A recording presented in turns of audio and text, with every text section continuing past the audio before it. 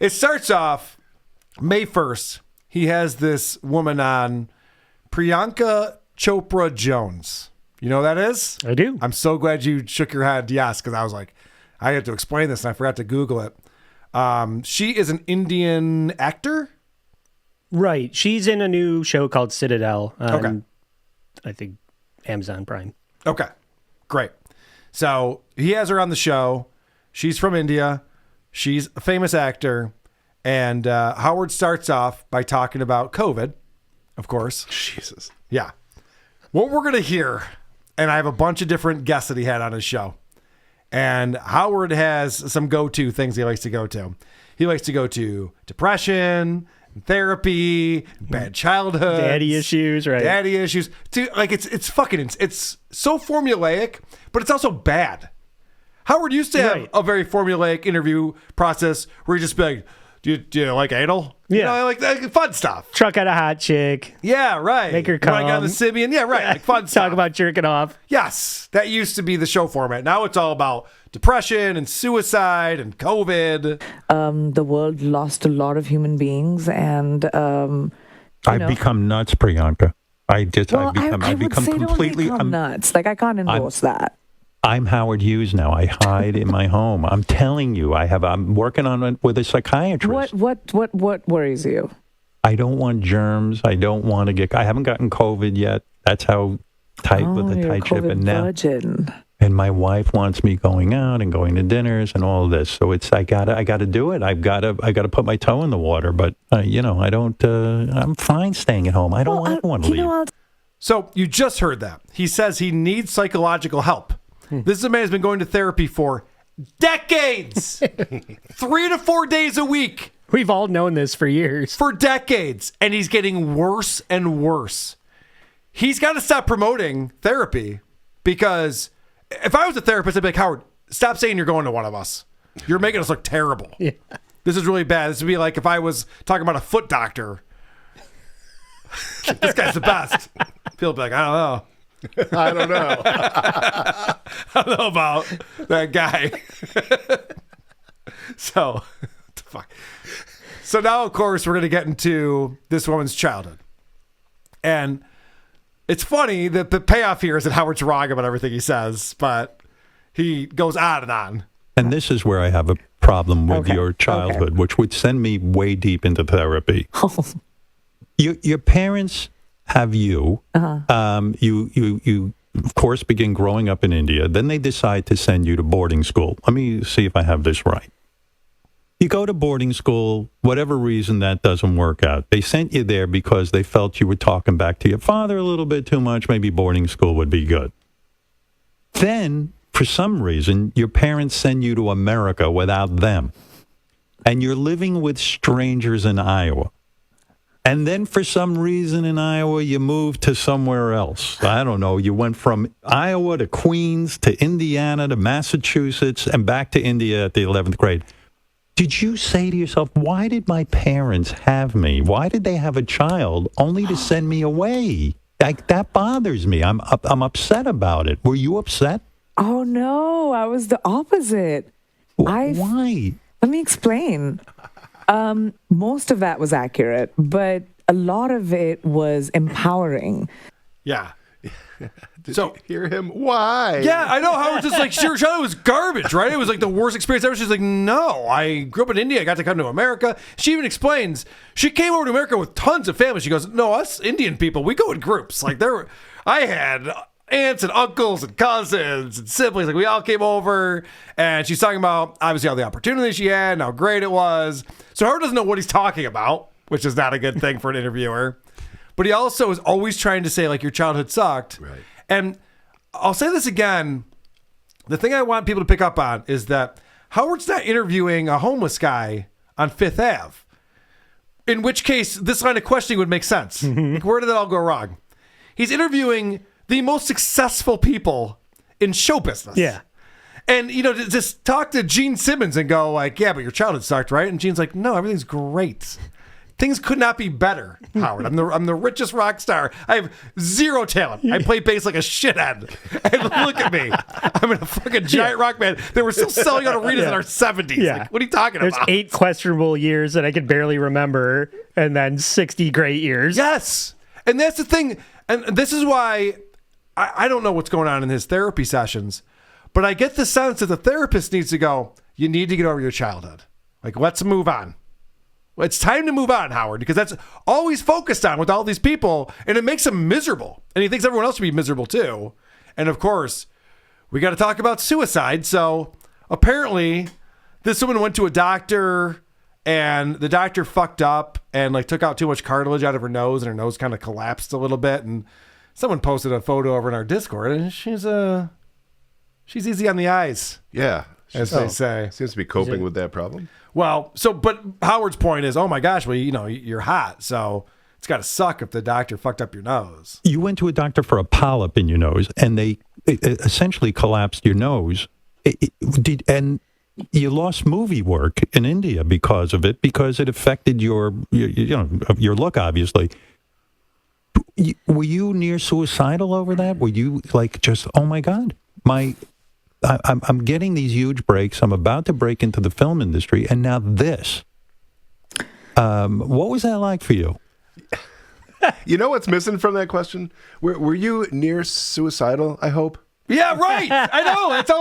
Like, could you break down crying right now, maybe? Can you think about that time and how depressed you were and talk about that? Like, whatever happened to, you ever do ass to mouth? Whatever happened to the fun questions that Howard asks hot chicks? Why does it have to be all or nothing? I can't be an actress. I guess I'll just be a medication. I'll sell meds to I'll just doctors. kill myself, right? Yeah. It's like Jesus Christ. It's fucking insane. So then the next day he has Pitbull on. Now Pitbull is the most positive guy on the planet. Again, it's similar to Gene Simmons. Here's a guy with very little talent who is a giant success story, a huge star. We did his podcast back in the day, didn't we? Yes, and it was all positive messaging. And he's the guy, his family's from Cuba. He's in America. He's an American success story. He's loving life. So thankfully, Howard wasn't able to shoehorn in a suicide question. Yeah. But he does talk about his childhood. And again, Howard is wrong. But I actually lived in a foster home in Georgia when I was about, I want to say like 8 years old. How horrible was that? I lost Spencer. That was a great family, to be honest with you. They really did. They showed me a lot of love, and they took care of me. They wanted to adopt me. How horrible was that? You mean these people who brought me into their home and treated me like their own and raised me? Really terrible, Howard. What a fucking shitty... That's how Howard thinks. Like, oh, it must have been terrible. Your child must have been terrible. No, it's great. Yeah. It's a loving family, and they were really nice. Not every foster family is like pedophiles and criminals. No, don't. Maybe Howard's listening to the creep off too much, because you would get that sense if you're listening to what we're talking about. And this is a clip that's neither here nor there. It's just Howard being out of it. Okay. It's just Howard. Like, Howard's just too old for this shit at this point. Now, remember, Uncle Luther Campbell from Two Live Crew was the first one to ever give me an opportunity in the music business. Oh. Right. Clearly, I was around a whole lot of things while I was growing up and went on tour with Luke as well. Little John was the one that jumped on that record and has gave me another opportunity as well. That little Luke was some character, right? Uncle Luke. Will Luke? How about that little Luke, huh? What are you talking about? Nope. Yeah. Doesn't he start rapping in a second? Yeah. Ugh. All right. Let's fast forward to Anita, who's a Latin pop star. She comes on the next day, and she's talking about she has a relationship with Will.i.am, and she's just saying, like, Will's great. I can call him up, talk to him about anything, and he's just a good guy to be your friend. Yeah. So you can pick up the phone and you can talk about anything I with can him. call him right now. He would help me with everything. But I don't be calling people randomly. What do you need help with? I mean, okay, professionally maybe some question, but what personal problems you believe? Yeah, before a therapist, I used to be depressed all the time. And then I used to just call J Balvin crying, call... Why would you be depressed? Like when you say depressed, you mean clinically depressed? Like depressed, like bad. And I just think sometimes we're not clear about what we're here for. And When someone on this show goes, I was depressed, I just picture Mr. Burns going, excellent. Yeah. He's like, yes, this is awesome. clear about what we're here for, and this whole industry kind of mix up with your mind. But then I found the greatest therapist ever, and I've never felt like that anymore. So now I just call these people to talk about great things. Did you ever have to get on Prozac or one of these kinds of antidepressant? Wow, so did. you really had it bad. Yeah. Oh, that's terrible. But now He's got a such boner. past. Did you ever feel suicidal? Did it get that bad? I don't know. No. Maybe. No, I don't know. It was Maybe. not. I don't. Fuck you. And then I said no. Right. They should just call the show Suicide Talk with Howard Stern. Why can't he just have Sarah Silverman should take over for Robin, right? That is Genius. a perfect combination. Those two would probably just kill themselves if they had a conversation for 2 hours in a row. Probably be the end of it. They would just try and out-bummer each other. Yes, exactly. To the point that they're just like, why are we still alive? I don't know. All right, fast forward the next week, Ed Sheeran comes on, and he plays one of his new songs, and I guess it's not a happy song. It's not a bummer. Well, It is no, it is a bummer. It is a Oh. bummer. I don't know a lot about Ed Sheeran's music, but, you know, these musical artists, they have some emotion. They have feelings. They have feelings. They're not going to, it's not all B-52s fucking singing about a love shack shacks and and rock lobsters. lobsters. There's going to be some other topics that come up. And so Howard's very excited that this song is depressing. As soon as it ends, he's like, yes. You can't be having a good day when you write that song, right? You can't switch it off and on. It's got to, like, why were you thinking about suicide? Why was that on your mind? It was, I don't know, I don't really know how to describe it. I've had so many like ups and downs throughout from my childhood into my teenage years, into my 20s. And I have never really put it into song or spoken about it. It's quite an uncomfortable thing to obviously share publicly.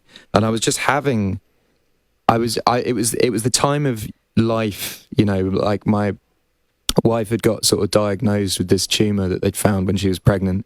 And a week after, my best friend died. And a week after, I went into this other lawsuit that was in England. And I just felt like and then the first day of the other lawsuit, another mate of mine ended up passing away.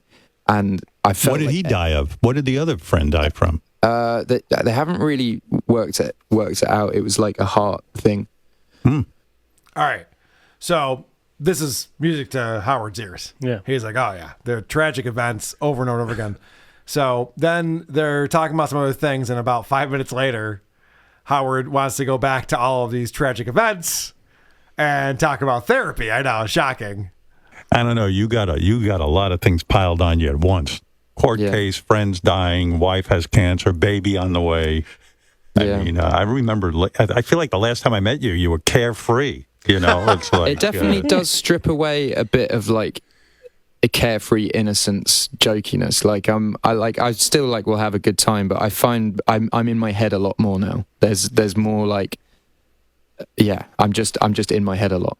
When did you decide to do therapy? You had a great quote, something about like how in England, if you go into therapy, they look at you like you're nuts. But if you do it in America, they congratulate you. Yeah. And I understand that. A lot of the world doesn't, go along with therapy. But I'm a big advocate of therapy. I'm still doing it, and I'm regular with it. Yeah, we know. Everyone knows that, Howard. He's like, just so you know, I'm also in therapy. Like, yeah, no, we know. Yeah. He's an energy vampire. He is. You're right. He's Colin Robinson. You're right. He's the energy vampire of the show now. He's lives off of this now. You go in there in a good mood, and he will make sure that you remember every bad thing that ever happened to you. And fast forward, Eric Andre comes on the show now. Eric Andre is one of the funniest guys. He is living a great life. Mm-hmm. Who was he just banging? The Blurred Lines girl? Was he? Yeah, Emily Amaretta. Okay. So he's doing good all for right. him. Yeah, he's doing okay. So you got to think, and it was funny because I was sitting with my buddy Mike, who helped me with this, finding these clips. We were sitting at the hockey game. The Amerks are up 1-0 on the Hershey Bears in the conference finals right now. It's neither here nor there. The point is, I was sitting next to him at a hockey game, and he goes, "Oh, Carl, I haven't listened yet, but Eric Andre was on Howard Stern today." Must have been a great game. I You're go talking about Howard Stern the whole time. not the whole time, just for a minute. I go, "Oh my God, I love Eric Andre. I think he's hilarious on the show. He gets the show. He's so funny. I guarantee Eric's gonna come in there with energy and fun things to say, and Howard's gonna fucking ruin it by talking about his childhood and all this shit." And I get a text from Mike the next day. He's like, "Yep, you were right. You were right." So The guy that went on this show and got a prostate exam to be funny on the show. yes, Comes in and they're like, whoa, tell us what a bummer your childhood is. correct. Unbelievable. Now, Eric's talking about this one time he drank his own pee during an interview on his show. I guess he like just dropped his pants, peed into his coffee cup, and chugged it while he's like interviewing like this guy who's on a reality show or something. So of course Howard's like, "Well, you talk to your therapist about that type of behavior." When you're in therapy, Yeah. it must be really interesting because, like, do you have any clue as to why you would go as far as drinking your own piss? Like, do you think that it has something to do with, like, here's my theory. And again, I know we've talked about your background and stuff. I know your mom was Jewish, right? White Yep. Jewish woman, and your dad Yep. was a black man. Yeah. And he was from Haiti, I believe. If I got it. My dad's from Haiti. Yeah, he was from Haiti. Yeah. Yeah. And they divorced, right? Mm-hmm. Do you think it's like, I want to be seen so bad, like your parents didn't know you and didn't really hear you, and you felt invisible, and you just wanted to be loved? Maybe. What do you think? No, I hate to get too heavy, but No. I don't Since mind getting when? heavy. I think like you can't pathologize. That's the word, right? You can't pathologize everything. I think like in the heat of the moment on my show, yeah, I want to be shocking. right. Understood by me. Yes, I want to be. I want to do something that no one else would do. I want to do something that would stand out. Yeah, this doesn't go back to his dad was from Haiti. It doesn't go back to that, Howard. That's not the reason why this guy. He's like Tom Green for this generation. I always think about that cutaway they did in Family Guy, where Tom Green's like sucking on the udder of a cow, and he's like, "Do you guys like me yet? Can I stop doing this?" Eric Andre is a very funny guy, but yeah, he's doing shit for attention, for shock value. It doesn't mean that like his parents neglected him. Yeah. But that's the first thing Howard goes maybe through it every time. does. Well, maybe it does, but no. Because he just went, yeah, I don't know. He didn't say that, but Yeah, he goes, well, I'm just trying to be different and stand out, you know, like a celebrity would. So this is the last clip I have from this Eric Andre interview. Don't you think you really want to be loved? Honestly? Yes, but I would say everyone wants to be loved. I'd say everyone has everyone has trauma, big or small, from their childhood. Everyone wants to be loved. Do I drink my own pee during an interview because I want to be loved? Yeah, maybe. We got to the bottom of that one. Yeah. Only Howard can turn you drink your own pee during an interview into, do you think you want to be loved? Yes. Everyone wants to be loved, Howard. Jesus. Fucking dumb question. Poor Eric. Just trying to have some fun over there. All right, that's what I have for our Howard Stern segment this week. Pretty good stuff, if I do say so myself. Who are these podcasts? WA